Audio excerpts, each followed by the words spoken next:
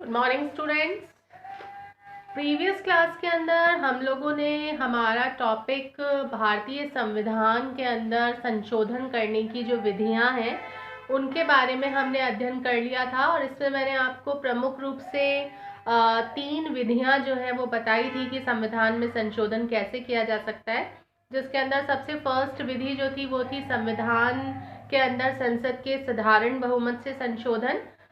दूसरी विधि जो थी उसके अंदर संसद के विशेष बहुमत जो है उसके माध्यम से संशोधन, और तीसरी विधि जो है उसके अंदर संसद के विशेष बहुमत के साथ साथ जो कुल राज्य हैं उनके आधे राज्यों की विधानसभाएं जो हैं उनके अनुसमर्थन से संशोधन जो है इसके बारे में हमने अध्ययन कर लिया था।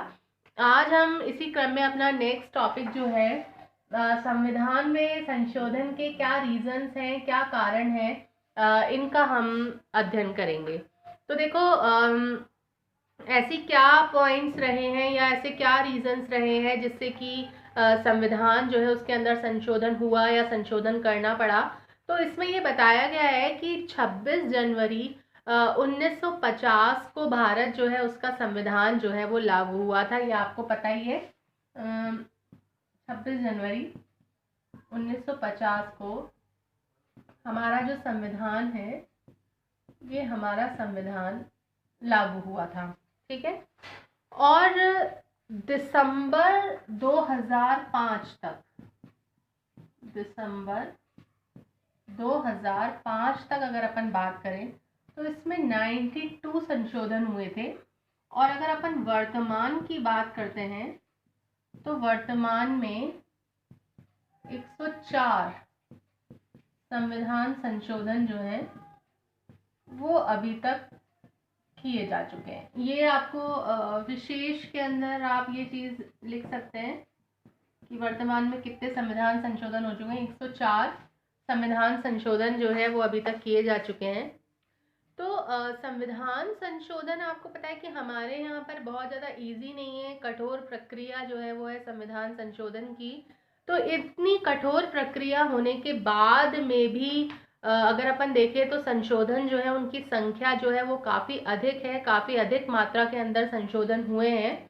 तो इसके कुछ निम्न रीजंस हैं, जिसमें सबसे फर्स्ट पॉइंट जो आता है वो आता है 1974 से 1976 के बीच में, मतलब 74, 75, 76 जो 3 वर्ष के अंतराल में अगर आप देखेंगे तो 10 संवैधानिक संशोधन किए गए। क्यों?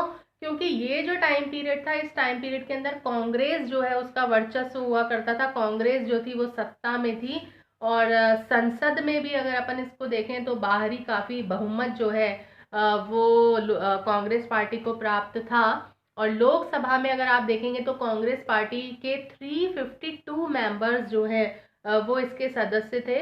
और अगर अपन विधानसभाओं की बात करें तो विधानसभा जो है उसमें भी कांग्रेस पार्टी जो है उन्हीं को समर्थन था या उन्हीं का वर्चस्व था।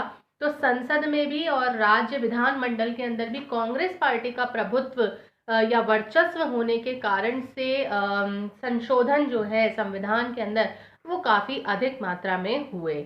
उसके बाद जो इसका नेक्स्ट पॉइंट आता है वो आता है 2001 से अगर अपन 3 तक की बात करते हैं, 2001 से लेकर के और 2003 की अगर आप बात करेंगे तो ये जो टाइम था ये गठबंधन सरकारों का दौर हुआ करता था। इस समय पर गठबंधन सरकारें जो थी उनका अस्तित्व था। और इस काल में क्या था कि अगर आप देखेंगे अलग अलग राज्य जो है उनमें अलग अलग दलों की सरकारें थी और भाजपा और उसके जो विरोधी दल थे उनके अंदर कटु प्रतिस्पर्धा थी। तो इस टाइम पर भी अगर आप देखेंगे तो संविधान के अंदर 10 संशोधन हुए थे। मतलब कहने का मतलब ये है कि 2003 तक इसके अंदर काफ़ी संख्या में संशोधन जो है संविधान में वो हो चुके थे। तीसरा, कई बार संविधान संशोधन जो है उसका एक रीज़न जो है वो ये भी रहा था कि समय के अनुसार या जो परिस्थितियां हैं उसके अकॉर्डिंग भी हमारा संविधान जो है उसमें कई परिवर्तन किए गए। और इसमें हम ये कह सकते हैं कि जो सत्ताधारी दल था उसकी कोई सोच नहीं थी परिवर्तन या संशोधन कराने में। जैसे कि ऊपर वाले जो दोनों पॉइंट्स है उसमें हमने देखा कि कांग्रेस पार्टी की सोच थी परिवर्तन की, या दूसरे में हमने देखा कि गठबंधन पार्टियां जो थी उनकी सोच थी संविधान में संशोधन की। लेकिन जो तीसरा जो रीज़न रहा है संविधान संशोधन का, उसमें किसी पॉलिटिकल पार्टी की कोई सोच नहीं रही है संविधान संशोधन में, बल्कि समय के अकॉर्डिंग या परिस्थितियों के अकॉर्डिंग उसके अंदर संशोधन करना जो है वो आवश्यक था, इसलिए संशोधन किए गए। तो कहा जा सकता है कि 3 प्रमुख इसके रीजंस जो हैं वो रहे हैं संविधान संशोधन के। अब जो आपका नेक्स्ट टॉपिक आता है वो आता है संशोधन की विषय वस्तु। तो इसमें अपन देखेंगे संशोधन की विषय वस्तु अर्थात संशोधन कितने टाइप्स के हैं, क्या है। नेक्स्ट आपका टॉपिक है संशोधन की विषय वस्तु। देखिए, इस टॉपिक में ये बताया गया है कि अब तक जितने भी संशोधन हुए हैं उनको इन्होंने 3 श्रेणियों के अंदर विभाजित किया है। सबसे फर्स्ट जो श्रेणी है, जो संशोधन की जो श्रेणी है, सबसे पहली इसको आप कह सकते हैं तकनीकी श्रेणी के अंदर आप इसको रख सकते हैं, तकनीकी है, या फिर आप इसको प्रशासनिक श्रेणी जो है उसका परिवर्तन भी कह सकते हैं, तकनीकी या प्रशासनिक। ये प्रकृति के है। ये संविधान संशोधन संविधान की व्याख्या करने से संबंधित होते हैं, या फिर जो मूल उपबंध हैं संविधान के, उन संविधानों को स्पष्ट करने के लिए उनसे भी ये संबंधित है इस प्रकार के संशोधन। इसके अंदर आप उदाहरण ले सकते हैं, जैसे कि जो उच्च न्यायालय है उनके जो न्यायाधीश हैं उनकी सेवानिवृत्ति की आयु पहले जो है वो 60 वर्ष हुआ करती थी, लेकिन बाद में उसको बढ़ा करके 62 वर्ष कर दिया गया था। मतलब कि उच्च न्यायालय के जो न्यायाधीश हैं उनकी आयु, न्यायालय के न्यायाधीशों की जो आयु है इसको जो 62 वर्ष का जो किया गया था, इसके लिए 15वां संशोधन किया गया था संविधान में, ये आप ध्यान रखेंगे।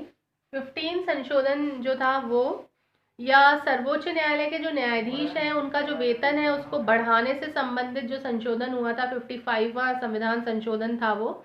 और अनुसूचित जाति है, जनजाति है, उनके लिए जो सीटों का आरक्षण था पहले वो 10 ईयर्स के लिए था, लेकिन बाद में उसको संशोधित करके आगामी 10 साल के लिए उसको और बढ़ाया गया।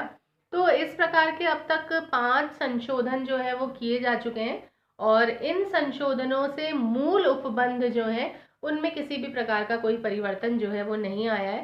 तो ये इस प्रकार के संशोधन जो है वो अभी तक संविधान में हुए हैं। फिर व्याख्याएं, विभिन्न दृष्टिकोण। संविधान की व्याख्या जो है उसको लेकर के भी अगर आप देखेंगे तो न्यायपालिका और सरकार के बीच में अनेक मतभेद जो है वो पैदा होते रहे हैं, और इन्हीं के कारण भी बहुत से संशोधन जो है वो संविधान में किए गए हैं। तो इस प्रकार जो व्याख्या संबंधी जो संशोधन है इनके अंदर अगर आप देखेंगे तो मतभेद के कारण से जो संविधान में संशोधन हुए हैं उनको इस श्रेणी में रखा गया है। और लोकतंत्र के अंदर अगर आप देखेंगे तो विभिन्न संस्थाएं जो हैं वो संविधान में और अपनी शक्तियों को की अलग अलग प्रकार से उसकी व्याख्या की गई है कि कौन सा अंग क्या कार्य करेगा, इसको संविधान में दर्शाया गया है अलग अलग प्रकार से।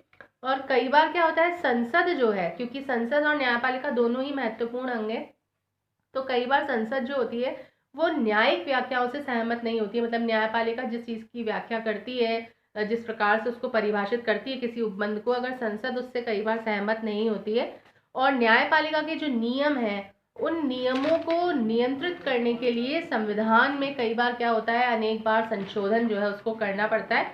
अगर आप देखेंगे इस टाइम पीरियड को तो 1970 से लेकर के 75 का जो दौर था उसमें बहुत बार ऐसी स्थितियां हुई थी कि संसद और न्यायपालिका के बीच में विवाद की स्थिति पैदा हुई। तो उस बीच अनेक बार संशोधन जो थे वो किए गए। इसमें आप देख सकते हैं, इसका उदाहरण आप लिखेंगे कि मौलिक अधिकार जो है या नीति निर्देशक तत्व हैं उनको ले करके संसद में और न्यायपालिका के बीच में बहुत बार मतभेद की स्थिति पैदा हुई।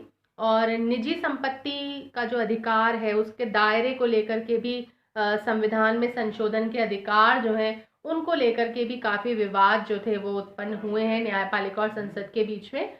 तो 1970 से 75 का जो काल है उसमें अपन कह सकते हैं कि संसद ने न्यायपालिका की प्रतिकूल जो व्याख्या है उसको निरस्त करते हुए और बार बार संशोधन किए हैं। तो इसी के साथ ये वाला आपका जो टॉपिक है वो यहीं एंड होता है। Thank you.